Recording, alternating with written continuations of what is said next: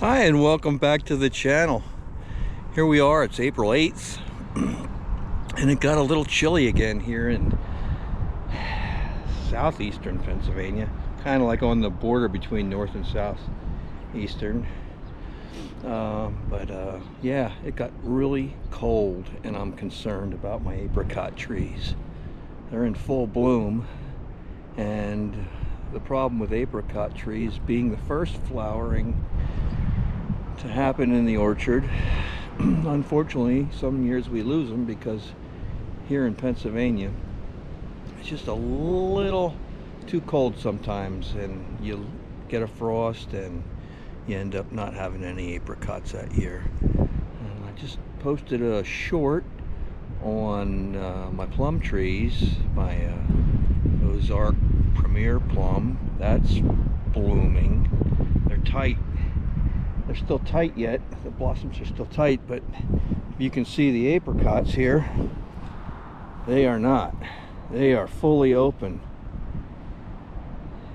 There's a few that haven't opened yet, you can see here. But if you look at this one's already open, and if it gets much colder, I don't think we're going to have anything happening there. I don't think we're going to get any fruit. This will be the first year for these trees to bear fruit, if I get any. Last year we had a couple little apricots on, but I picked them off just so I could let the tree worry about developing stronger roots and bigger branches. Get these scaffold branches I'm working on here to thicken up and let the tree concentrate on developing a better structure so it can support the weight of the fruit. So now this year I decided to let the fruit go. Of course I'll thin it out if we have any, but I'm pretty happy. These apricot trees I got from a friend of mine, and I didn't have a lot of faith in them because they were left over on his lot that he sells shrubbery and stuff, and they looked like they were dead. They weren't leafed out, and he said just take them along and see if you can nurse them back to health. Well, I did. I gave them a lot of water the first year I planted them, and I've been pruning them back hard, trying to get a decent shape out of them and open up the centers, because a lot of times when you get a tree at a nursery, they're not pruned the way I would want to prune them. I like the goblet shape, the open center for my peaches and apricots and plums. I like to create that goblet shape. But as you can see, these apricots are loaded with flowers. You know, I cut a lot of wood off of these. These were 3 times this height, and all kinds of vertical growth that you don't want I took out. I did a lot of pruning, and maybe I should have pruned them even a little harder, but I wanted to see if I could get any fruit this year. Getting kind of anxious now. I planted a lot of this stuff in 2023. It's now 2025, and this tree here, this little Desiree peach, was a Sam's Club potted tree. It was marked it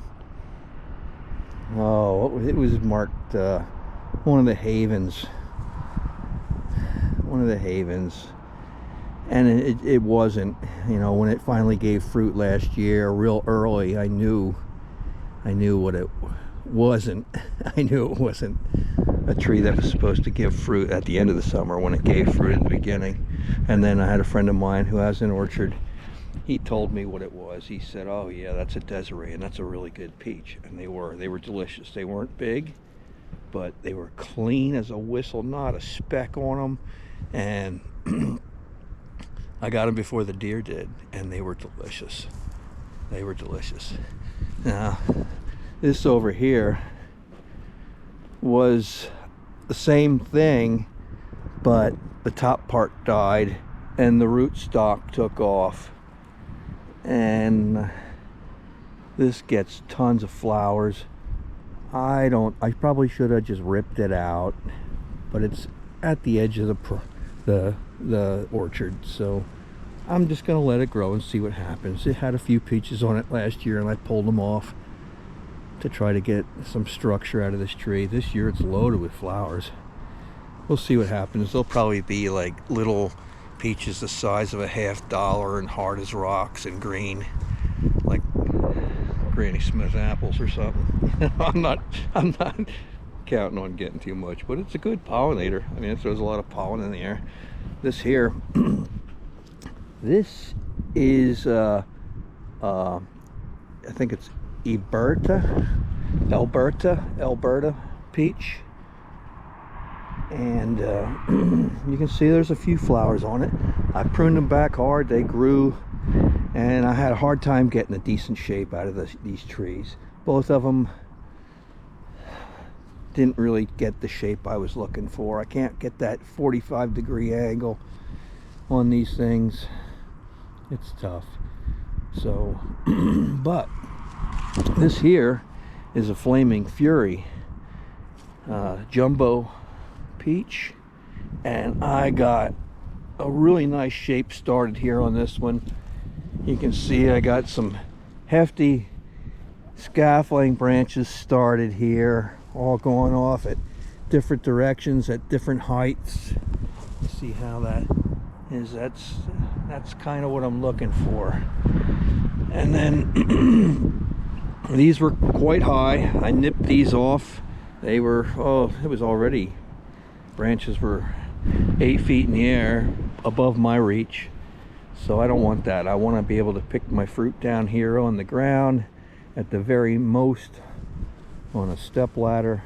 I don't want to have to get big ladders out and pick fruit. That's just not for me. I'm too old for that kind of nonsense. So these trees are just a couple years old. This will be their first year. I'm going to let them get fruit. Now, a couple of the trees had a peach or two on. I pulled them off to let the tree develop. Now this tree, this is an animal here. This is a Sun Glow nectarine, and it's a little older than the others. I think this is probably the first tree I planted, and it hasn't gotten a piece of fruit yet. I suspect that this year will be its year. I'm starting to get a nice shape out of it.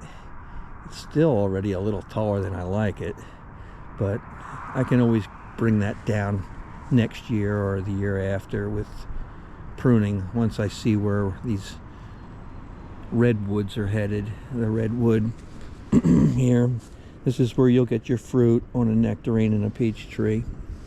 You won't get any fruit on the old wood, only on the 1-year-old wood. And then of course we do a lot of pruning, a lot of that was completely filled in. That whole center was grown shut. You wouldn't have been able to get a speck of light out down into the center of that tree if I hadn't trimmed all that out. Here we got a white peach. Oh, I know one of these is a white giant, I believe, and I don't know what else is in here. There's 2 different whites. I forget what the name is. I should keep a list with me when I do these videos. That's the Flaming Fury. Here's another Alberta, whatever, however you pronounce it. Terrible with names, I'm sorry. Probably have you looking for all kinds of stupid shit that ain't even there. I'm sorry. Yeah, well, that's just me. Another white peach. And over here, this is a little white nectarine. Arctic J is the variety. This had tons of fruit on it last year, but I picked it all off because I had just transplanted the tree to this location. It was at a spot where it wasn't doing so good. It was a low spot. It was getting too much water. It was, it was just no good where it was. And it didn't like the soil where it was. So I moved it up here on the hill. and it's doing much better. And as you can see, it is just loaded with buds. So I'm gonna let this I'm gonna let this get a couple nectarines this year. Not many, just a couple. And then we get up here. This is a contender peach that I just planted last year. Unfortunately, it didn't branch out off of the whip. I should have left it alone, and I wanted to cut it down. It was too high, it was branching out too high, and I clipped it off. And maybe if I cut it back again, I can get some of these to push out. I don't know what I'm doing with this tree yet. These two. In the center here, I have some cherry trees. That's a Bing cherry. You can see I got a band on there because one of the local buck rubbed the living you-know-what out of this thing and nearly killed off one side of it. I'm not so sure I won't lose this tree in the future, but you can see it's getting some, still alive. It's got some fresh green leaves coming off of it. More cherry trees over here. These are the red and yellow Rainier cherries. This one here. This is their this is their second year, I think. Second year or third year? I can't remember anymore. This here is an ebony pearl, I believe is the name of that cherry tree. It's a sweet cherry. I had a lot of trouble with the deer. They love to rub on these cherry trees. They just are very hard on cherries. And I haven't gotten my fence up yet. I want to put some deer fencing up around the whole thing here and keep them off. There's another red and yellow cherry. This is either Napoleon or Emperor Francis. One or the other, I'm not sure, but one is the Emperor Francis and one is the Napoleon. They're both red and yellow cherries. These are starting to get new growth coming on them. And then this here is another Bing. Now a lot of people, they prune their cherries to a central leader, but some people prefer to try to get the goblet shape out. And that's what I did here. I want to keep them low and keep the fruit easy to pick. I don't want a 10-foot tall cherry tree. These here are sour cherries. This is a Montmorency's. This is I planted these last year, and they really grew nice. They were just little whips, little tiny whips when I got them, and they really thickened up nice. A lot of growth out of them.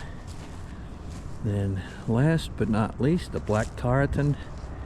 This tree here, I probably should have pruned this differently than I did, but I'm gonna let it go now and see what happens with it. We haven't gotten any cherries yet, but I see a couple spurs on the tree here that should throw a few flowers. I'm not getting my hopes up. It takes a long time to get cherries. I think it's like 6 years or something like that for cherries. But there you have the little stone fruit orchard that we planted a couple years ago. Most of these trees we bought in 2023. So there you have it. Still working on it. This should be my first year getting any kind of decent fruit off any of these trees. Like I said, the Desiree produced about a dozen peaches last year, 12, 17 peaches, something like that. And they were small, but they were really good, and they were clean. So I was happy. This year, well, like I say in all my videos, the harvest is guaranteed to no one, just like tomorrow is guaranteed to no one. We just gotta, keep the faith and keep fighting. Fight them bugs. Fight the diseases. Can't really fight the weather too much, but we can pray for good weather. And whether you're into praying or not. It helps me. I see the benefit of prayer every day. And I'm praying you enjoyed this video. So please like and subscribe. And if you feel like it, share it to some of your friends that have peach trees. And leave comments down there. No one ever leaves me any comments. No one likes. I'm not begging for likes, but come on. Even if you think I'm an idiot, just hit that like button and I'll appreciate it. Too funny. Anyhow, this is Warrior in the Garden out here.